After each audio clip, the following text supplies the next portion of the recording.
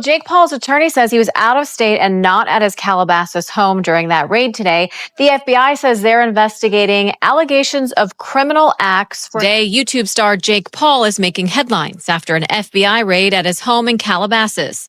Sky 5 was over the scene Wednesday morning as federal agents entered Paul's home in a gated community off Mulholland Highway. 24 feds, some in tactical gear, could be seen carrying evidence from the property, including several firearms. After the search, a SWAT team was seen leaving in a procession of law enforcement vehicles. This story ends with a shattered jaw, federal attention, and a boxing career collapsing under bright lights. But to understand how we got here, we have to rewind, because this didn't start with sirens. It started with whispers. And when Anthony Joshua destroyed Jake Paul's confidence in the ring on December 19, 2025, something else started moving behind the scenes. Fast, too fast. This didn't feel normal. It felt like a reckoning showing up all at once. And reckonings rarely knock this loud. Did you start to take your foot off the gas just a little bit because you noticed he was tiring out? Yeah, definitely a bit. You know, I wanted to give the fans a show, but I didn't want to hurt someone that didn't need to be hurt. Did you carry Mike?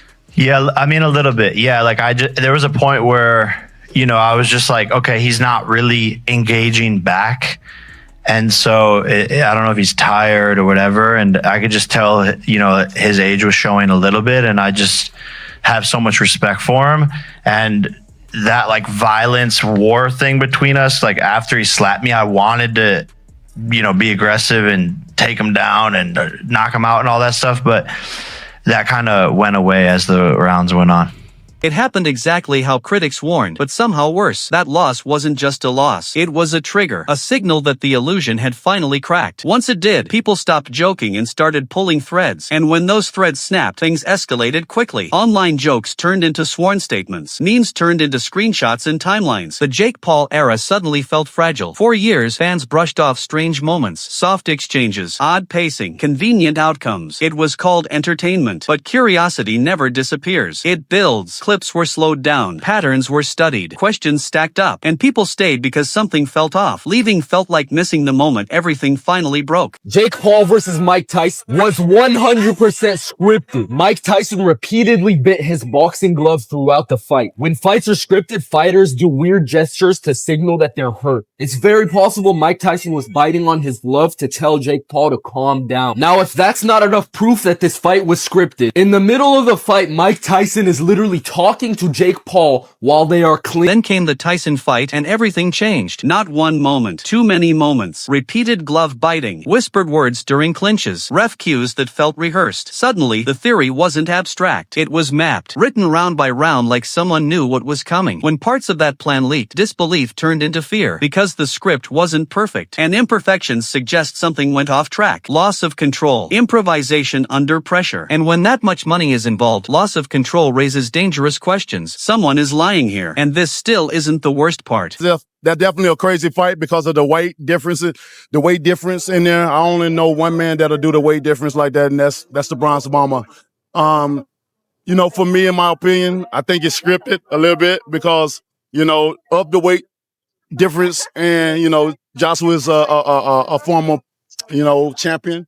And also, you know, he's active, you know, and this is going to be the first time that we see Paul, you know, fighting an active fighter. You know what I mean? We seen the Mike Tyson. That was all fun. That was cute. You know what I'm saying? It's fun and games and stuff. But now you're dealing with a real professional, you know. Anthony Joshua's entry changed everything. He wasn't supposed to be part of this story. Not active, not elite, not a real heavyweight threat. Once sportsbooks opened and international money poured in, this stopped being content. Because if outcomes are fixed and money is wagered, that's no longer entertainment. That's fraud. Joshua didn't fight to protect a narrative. He fought like a professional. Calm, patient, precise. And when he landed, the result was undeniable. A broken jaw, real damage, no editing, no spin. Blood doesn't lie. And in that moment, the illusion shattered so hard it echoed backward through every fight people once defended. Discussion, any agreement about, hey, you need to get the fight into this round, you need to carry him for X amount of rounds, you need to do your part to get it into the fifth, sixth, or whatever? Absolutely no way ever. I mean, if you look at a couple of the right hands that AJ missed with in the first couple of rounds, like they would have done the same job on Jake's jaw if they would have landed. And Jake did very well to avoid them. So I always said going into the fight, AJ's not the kind of guy that's going to come out like a train, just start swinging away. He's going to take his time, and that's what he did. You know, the fight definitely went a few more rounds than anticipated from Anthony, but it's like, even now, it's like, yeah, it was definitely a fix. Some guy commented today on one of my posts, yeah, it was definitely a fix. I go, you do know that he's broken his jaw in two. Pay attention here, because the response afterward was strange. Promoters didn't laugh the accusations away. They didn't say impossible. Instead, they pointed to investigations. That's not normal. That's what people do when they know the line is close. After the knockout, after surgery, after admitting defeat, the pivot came fast. Rebrands, legal threats, silence mixed with loud denials. Everything felt defensive, not confident. The narrative was being managed, not explained. And that's when people started asking who told who to stop talking. Jake Paul's California mansion has been raided by the FBI, multiple news organizations report. You can see in this aerial footage agents in uniform outside his home in Calabasas. Ernie told Reuters he would cooperate with the federal investigation. Like after his boxing career. People think I do steroids and all this shit. So I have a plan because I think it's fucking bizarre. That's like the only excuse they can come up with is like rigged fights. Jake Paul does steroids.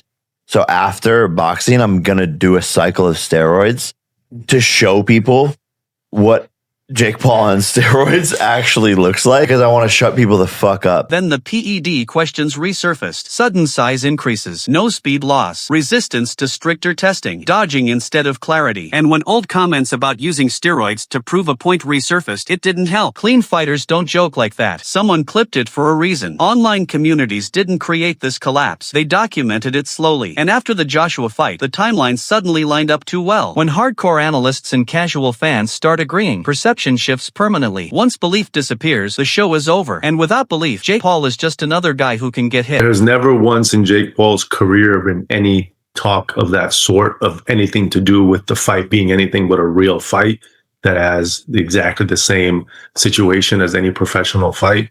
And that's exactly the same thing here for the Anthony Joshua fight. It's just beyond mind-blowing that people would think that Anthony Joshua was on record saying that if he didn't finish him in the first round, that would be disappointing, that it would be a failure. The narrative changed as we got closer to fight night and obviously post-fight, and I understand why, but they were pretty adamant it would take max 2 rounds to knock out. The legal threats came next. Loud, expensive, but threats don't erase suspicion. They amplify it, especially when they target speech instead of facts. Partners went on record saying certain conversations never happened, ever. The wording sounded rehearsed. Let me know your thoughts on Jake going 6 rounds with AJ. You know, the fact that he did that, it was good because, you know, we didn't think it was going to go 6 rounds. We thought it was going to go 2. So the fact that he made 6 rounds is an accomplishment for Jake Paul. Was there anything that stuck out with you from the fight? Yeah, really, who was in better shape? I thought that Joshua was in great shape compared to, you know, Jake Paul, because he was running around the ring. You guys gotta walk. And that takes out a lot of energy, especially when you're not used to it.